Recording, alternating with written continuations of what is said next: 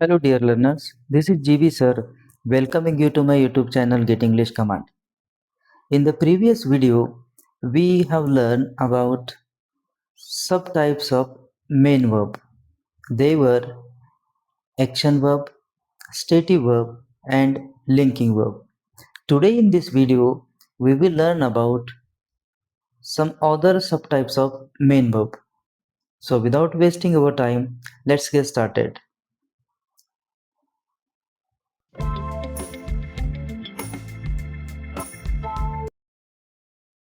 So this is the fourth subtype of main verb that we are going to learn. Let us start with the definition of finite verb. So the definition goes like this. It is a verb that shows tense and agreement with the subject. So what does it mean by finite verb? Finite verb is the verb that shows tense and agreement with the subject. So here first thing that shows tense, two things important in relation to finite verb, that is tense, and it shows tense and agreement. Okay, so you can also say that the finite verb is the verb that changes according to tense and subject. Let us see some sentence examples regarding it. She writes daily. Now here in this sentence the verb is write. Okay, so it is right now, but we have added there yes. Why? Because the subject is third person singular.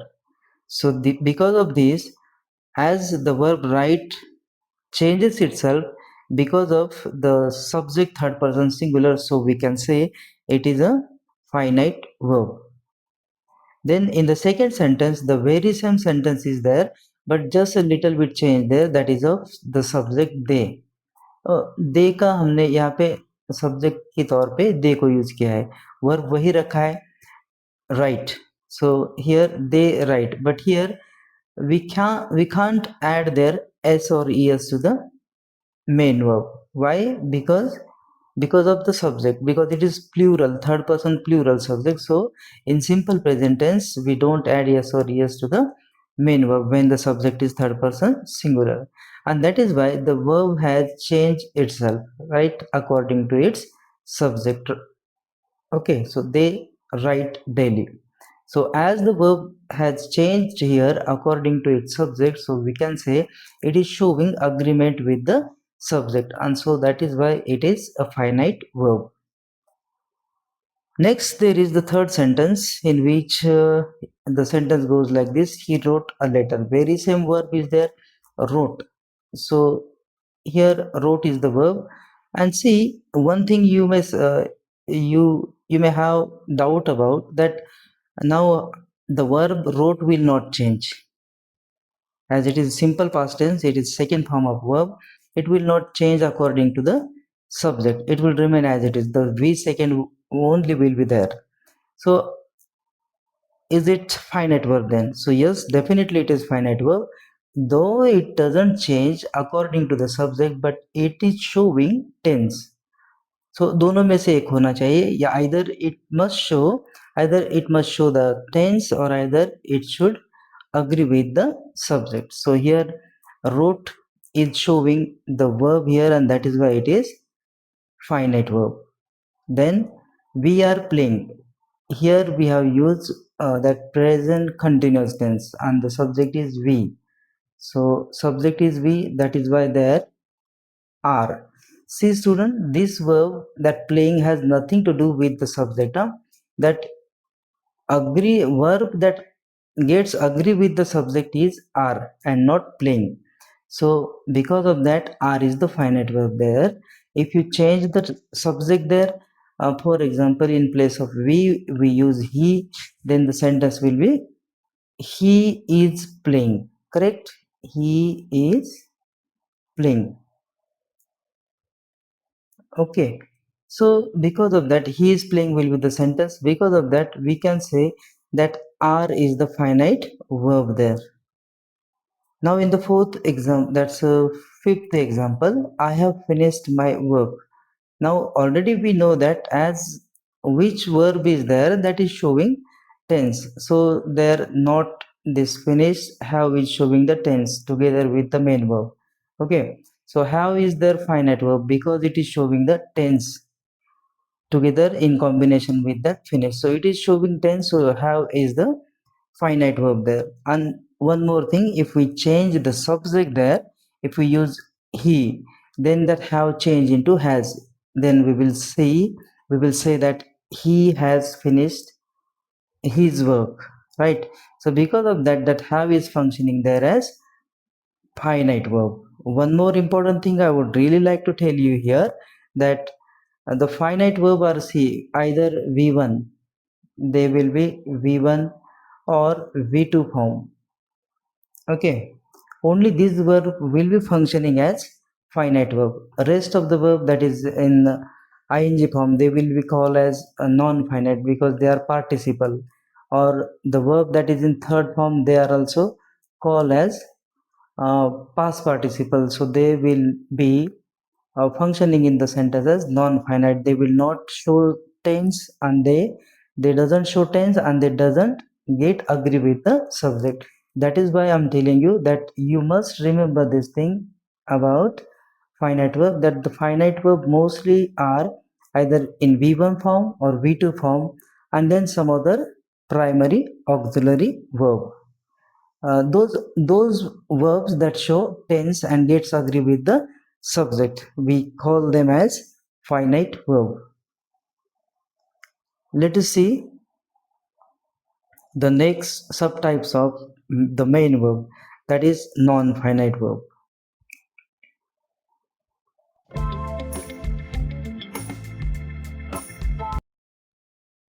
See, now here the next subtypes of, that is number fifth subtypes of main verb is non-finite verb. It is completely contradictory or opposite to the main verb. Let us go with its definition first. Let's go with its definition. So definition goes like this: it is a verb that does not show tense or agreement with the subject. We have already learned about finite verb. It shows tense and agreement with the subject. On the contrary, the non-finite verb doesn't show the tense and doesn't get agree with the subject. So this is about it doesn't show tense and it doesn't get agree with the subject. So this is about non-finite verb. Now let us see its example. See, to deceive others is a sin. Now here in this sentence, to deceive others is a sin. To deceive means here to deceive is a is an infinitive, and infinitive takes an object also with it. Huh? It has its own object also. To deceive, now to whom? So others. So other is its object, and together we call it as infinitive phrase. So here to deceive others is a sin. So that to deceive, it can't change according to the tense. Now for example, if we have to convert this sentence into past tense, so how it will be? To deceive others was a sin that will be, to deceive others was a sin. Or if you want to make it in future, so it will be to deceive others will be a sin. So in this way, the verb to deceive, it is not changing according to the tense. So what is changing here? That form of is. So because of that, form of be is that one, and it is changing according to the tenses. We have seen that in the past it has become was, it becomes was, in the future it becomes will be. So to deceive others is a sin in present, to deceive others was a sin in the past, and to deceive others is to deceive others will be a sin that is in future. So in this way, the verb that is the form of be is changing according to the tense but not to deceive, and that is why to deceive is non-finite verb. Next, swimming is a good exercise. Now here it is present participle. Swimming, it is a present participle. Swimming is a good exercise. Now what will be changed if we change the tenses? And Let us see that now. So swimming is, now it's in present. In past the sentence will be like this: swimming was a good exercise, right?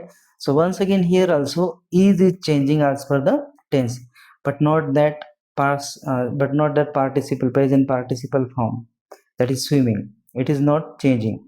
Then he repaired the broken car. Now here he repaired the broken car. That's car is a noun, and broken here it is past participle functioning as adjective. So if we change the tenses, it will not change, it will remain as it is. While this verb, now see, I told you that we second and we first form are finite verbs. So here repair, now it is we second, so it is showing the tense, that is simple past tense is this one. And so that repair is finite verb. On the other hand, the verb that is past participle broken here is non-finite verb. Now let us change the tense. Now he repaired the broken car, and then he has repaired the broken car. So has we have used there to show the tense, that is present perfect. He has repaired the broken car, but broken is remaining as it is, it is not changing. So broken there is past participle, and it doesn't change according to tense or subject, it remain as it is, and that is why it is non-finite verb. Okay, so I hope you have got it clearly, the term of finite and non-finite verb. Keep watching my videos. See you in the next video.